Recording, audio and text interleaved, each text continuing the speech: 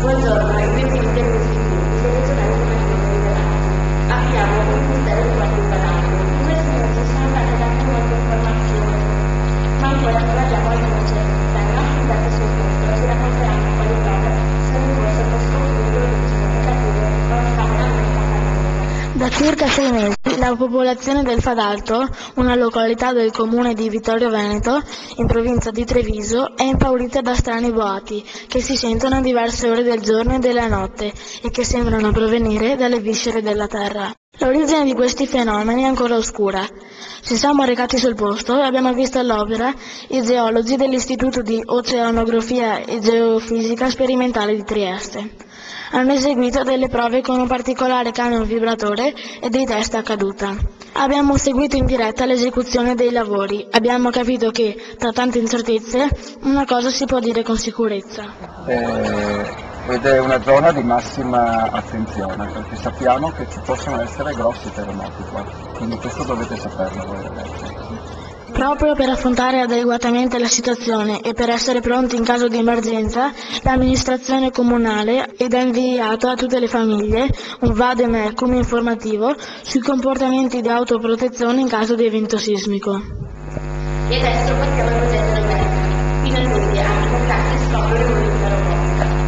Sempre più spesso sentiamo parlare di sperimentazioni nel campo della robotica in diversi settori. La manorobotica, i robot sociali, la robotica per il suo superamento di alcune disabilità e così via. A Vittorio Veneto, nella scuola media da Fonte, la robotica è diventata una vera e propria materia di insegnamento.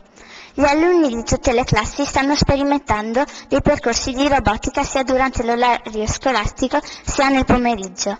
Nell'aula di tecnologia è allestito un laboratorio permanente in cui i ragazzi lavorano per realizzare un impianto in miniatura di compostaggio dei rifiuti e per progettare robot capaci di muoversi in molti percorsi. Come ci mostrano queste immagini e ci riferiscono. In che cosa consiste il progetto Roberta? Il progetto Roberta permette di coinvolgere ed attivare le alunne e gli alunni nell'apprendimento delle materie scientifiche e tecnologiche in un contesto un po' diverso dal solito, e cioè in un contesto laboratoriale ed in un clima di pari opportunità. Grazie a questa sperimentazione e al progetto Roberta anche le ragazze scoprono i robot e potranno così, in futuro, inserirsi a pieno titolo nei settori della ricerca scientifica e delle professioni collegate alla scienza ed alla tecnologia. Nel prossimo servizio parliamo della tecnologia, una micro televisiva alla catena dell'intelligenza della parola esatto di Paolo. Con l'intensità della rete, purtroppo, le sue trasmissioni sono state sospese. Andiamo a scoprire se ci sono novità. La Tenda TV è una microemittente televisiva che trasmette a Vittorio Veneto. È molto seguita perché informa sui principali fatti della città. Purtroppo ha sospeso i suoi programmi e siamo curiosi di conoscere il perché.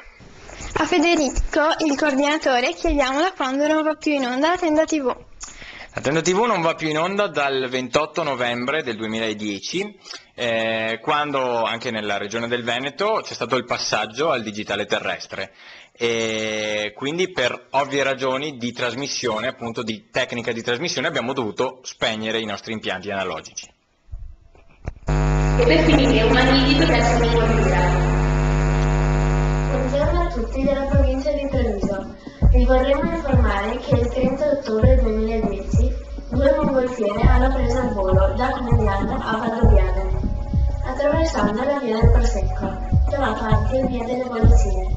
Questa iniziativa, promossa dalla provincia di Treviso, ha voluto far conoscere le bellezze delle colline trevigiane, proponendo le mongolfiere come un mezzo da legare al turismo, dando la possibilità di conoscere in modo saldo il territorio. Grazie per averci seguito.